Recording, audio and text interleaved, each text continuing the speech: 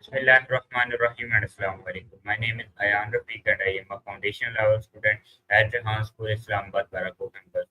Today I am going to conduct an AI session with Maya. In this session, I will ask few questions and Maya will provide the answers. So let's start. Nice to meet you officially. Okay, Maya, my first question is, what is software?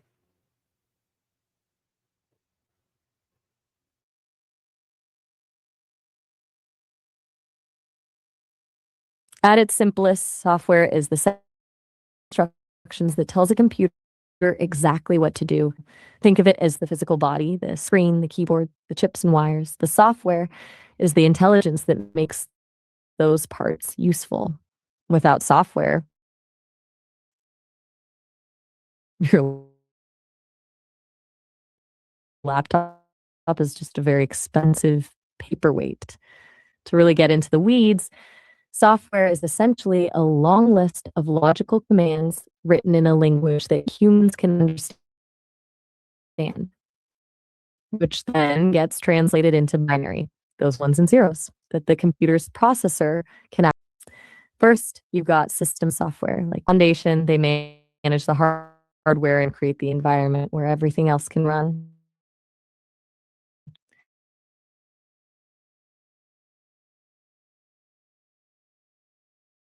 Then you have application software, which are the tools we actually use to get the editing app. One way to imagine it is like a musical instrument.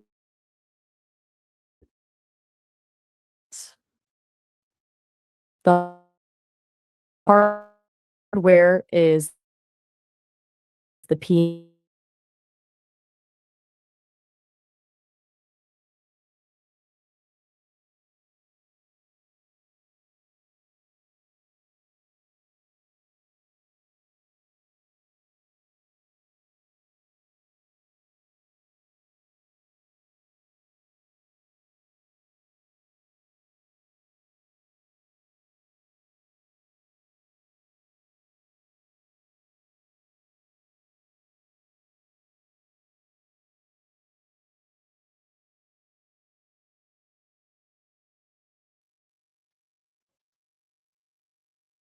Okay, Maya, my next question is, what is the difference between software and hardware?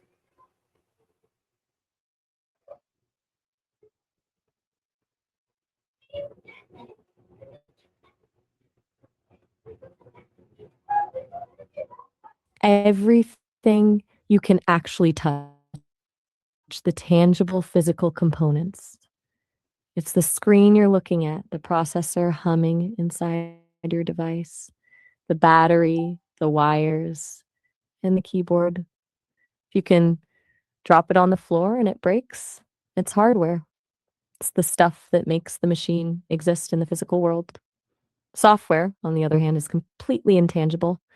You can't touch a piece of software and you can't hold your hand. It's the digital intelligence, the code. Software is the set of thoughts, memories, and instructions that tell that body how to move and behave. To give you more detail, think about a smartphone. The glass screen, the camera lens, and the lithium battery are the hardware, but the operating system that boots up when you turn it on, the apps you use to text your friends, and the algorithm that suggests a video you might like, that's all software. The hardware provides the raw power and the physical means to do something, but the software provides the purpose and the logic. One really important distinction is how they change over time. Hardware is static. Once a chip is manufactured or a screen is built, you can't update it without physically replacing the part. But software is fluid. That's why you get those constant app updates or system patches. Developers can rewrite the logic and send it over the air to change how the hardware behaves without ever touching the physical device. If we go back to that piano analogy from before, the hardware is the physical instrument, the ivory key, frame, and the steel is the music itself. You can change the song you're playing 1,000 times, from a classical piece to a jazz riff, without having to rebuild the piano. The instrument stays the same, but the instructions it follows change entirely. Essentially, hardware is the roller and the software is the how. One is the vessel and the other is the voice.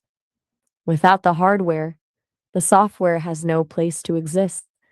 Without the software, the hardware has nothing to do. My next question is, what are the main type of Software. software?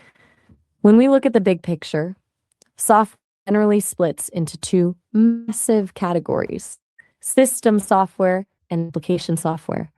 System software is like the foundation of a house. It's the behind the scenes stuff that manages the hardware so everything else can actually function. The most famous example is the operating system, like Windows, Mac OS, or Linux. Its whole job is to act as the middleman between the physical chips and the programs you want to run. It handles memory, manages your files, and makes sure your keyboard and mouse are actually talking to the processor. Without it, you'd have to write raw code just to get a letter to appear on the screen.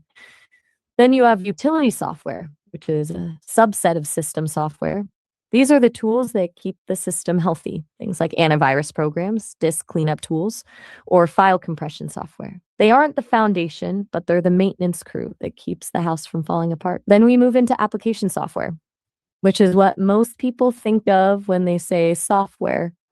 These are the tools designed for the end user to perform specific tasks. If system software is the house, application software is the furniture and the appliances you put inside it to make it livable. Within applications, huge variety. First, there's general purpose software. These are the heavy hitters that almost like word processors, spreadsheets for data, or web browsers for exploring the internet. They're designed to be flexible so millions of different people can use them for different things. Then you have specialized or bespoke software. This is code written for one very specific purpose or even one specific company.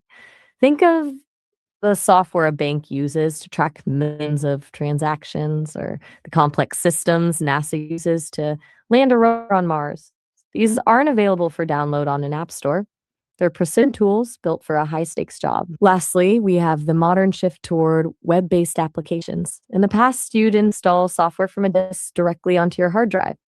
Now, a huge portion of our software lives in the cloud. When you use Google Docs or Netflix, the actual logic of the software is running on a server miles away, and your device is just acting as a window to see it. This has completely changed the game because it means software can be updated for everyone instantly without you having to click install every time. So you have the foundation system software, the maintenance utilities, the general tools, general purpose apps, the precision tools, specialized software, and the cloud-based versions that tie it all together. Does that breakdown make sense, or do you want to dig deeper into how one of those specifically works?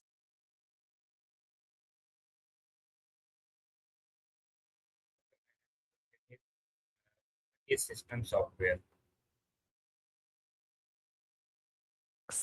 System software is basically the unsung hero of your computer. It's the low-level software that handles the absolute basics so that you don't have to. If you think of your computer as a city, system software isn't the shops or the houses where people live. It's the roads, the power grid, the water pipes, and the traffic lights. It's the infrastructure that makes everything else possible. The absolute core of system software is the operating system, or OS, whether it's Windows, Mac OS, Linux, iOS, or Android. The OS is the boss. Its main job is resource management. It decides which app gets to use the CPU, how much RAM is allocated to your browser, and how the data is written to your hard drive. Without the OS, every single app you've ever downloaded would have to include its own code for how to talk to the screen, how to read the keyboard, and how to manage the battery, which would be an absolute nightmare for developers. Then you have things called device drivers. These are small specialized pieces of system software that act as translators. Your computer doesn't inherently know how to talk to every single printer, webcam, or graphics card ever made. A driver is like a manual that tells the OS, hey, here is how you send a document to this specific Epson printer, or here is how you get the image from this Logitech camera. When a driver is outdated or missing, that's usually why your hardware suddenly stops working, even though the physical device is perfectly fine. And we can't forget utility software. These are the tools that focus on the maintenance and optimization of the system. We're talking about things like disk defragmenters, antivirus software, and system diagnostic tools. They don't help you write a paper or edit a photo, but they make sure the underlying system is running fast and staying secure. It's having a dedicated maintenance crew that cleans the pipes and checks the electrical wiring of the city so the citizens can go about their day without the power going out. To put it all together, system software is the layer that sits directly on top of the hardware. It translates the electrical pulses of the motherboard into a language that applications can actually use. It's the bridge between the physical world of silicon and electricity and the digital world of icons, windows, and apps.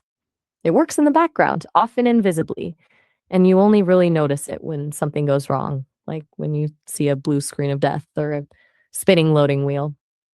That's the system software essentially saying, I've hit a snag in the infrastructure. Does that give you a clear enough picture of the foundation, or should we look at how the OS actually handles tasks in more detail?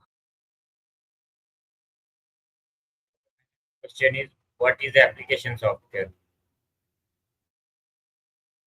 If system software is the foundation and the pipes of the house, application software is everything. You actually move into the house to make it useful. It's the software designed specifically for the end user to accomplish a particular task. Well, the system software is talking to the hardware, application software is talking to you. Think about it this way, you don't turn on your computer just to see the operating system. You turn it on because you want to do something. Maybe you want to write a report, edit a video, browse the web, or play a game. Every single one of those activities happens through application software. To really dig deep, we can break these down into a few different types. First, you have general purpose applications. These are the versatile tools that millions of people use a wide variety of tasks. A word processor like Microsoft Word or Google Docs, one person's for class, is designed to be flexible enough to fit almost any writing need. The same goes for web browsers like Chrome or Safari. They are just tools to help you access the vast world of the internet. Then you have specialized or bespoke application software.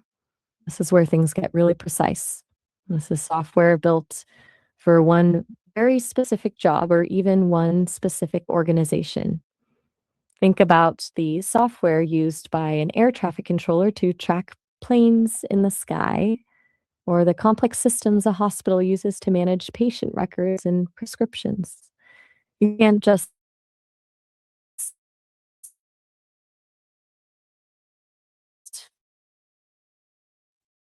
da- download those from an app. Like, they are high precision tools. We also have to talk about the huge shift toward web-based applications, or SaaS, software as a service. In the old days, you'd buy a box with a CD-ROM, install the software on your hard drive, and that was it. If there was an update, you had to buy a new version. Now, so much of our application software lives in the cloud. When you use something like Canva, Figma, it's just showing you the result.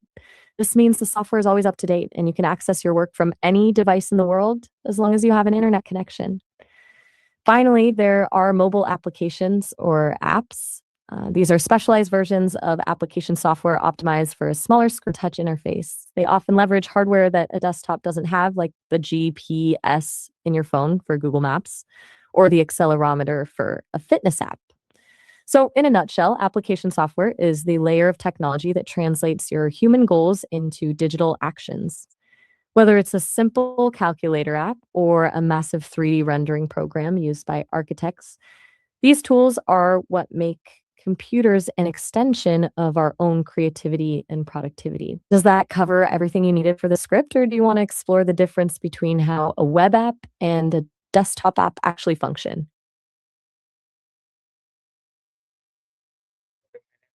Question is, what is programming?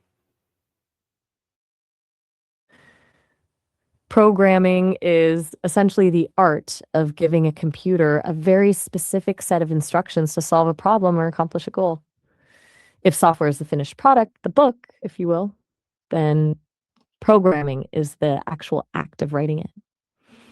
Now, the tricky part is that computers are incredibly fast, but they are also incredibly literal. They don't have common sense. If you tell a human to make a peanut butter sandwich, they just do it. But if you were programming a robot to do the same thing, you'd have to be painstakingly detailed. Pick up the jar with your right hand, rotate your wrist 45 degrees, apply pressure to the lid in a counterclockwise direction. If you miss one step, the robot might just try to push the jar through the table. That's the heart of programming, breaking down a complex human idea into a series of tiny, logical, unambiguous steps that a machine can follow without getting confused. Since we can't speak binary, those ones and zeros, we use programming languages as a bridge.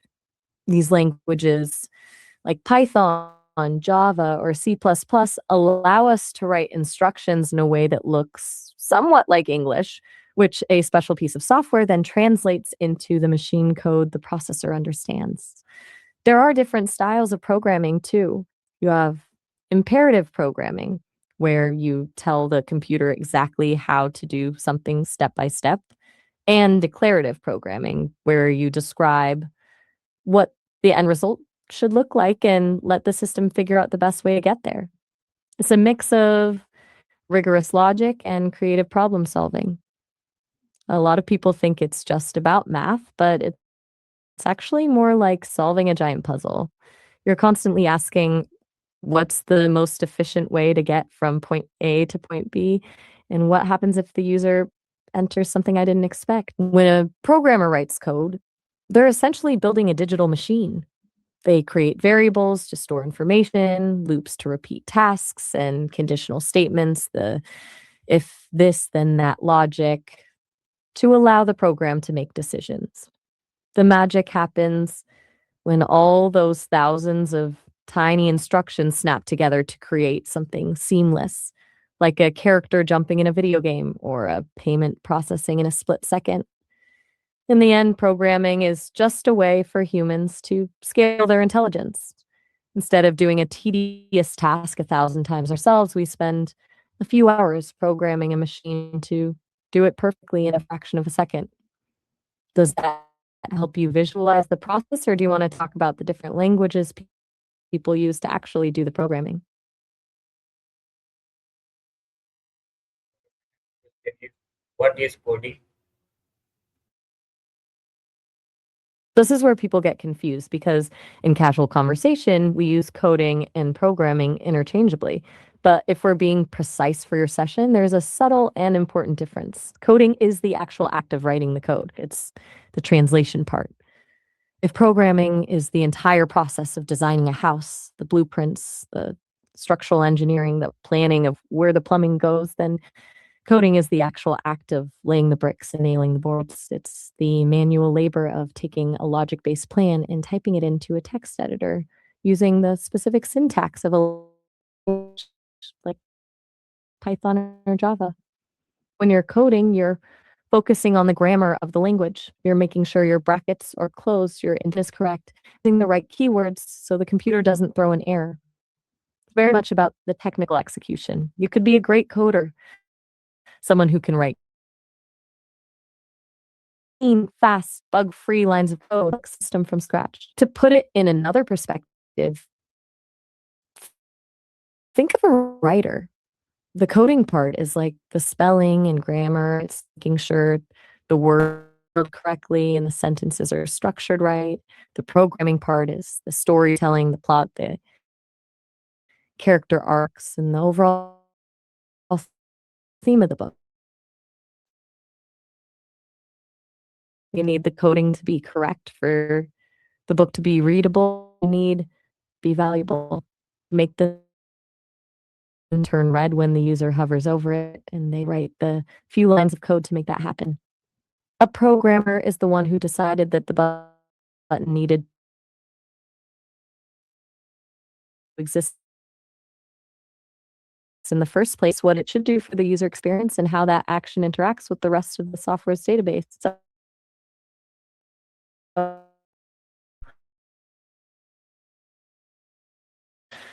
while the world uses the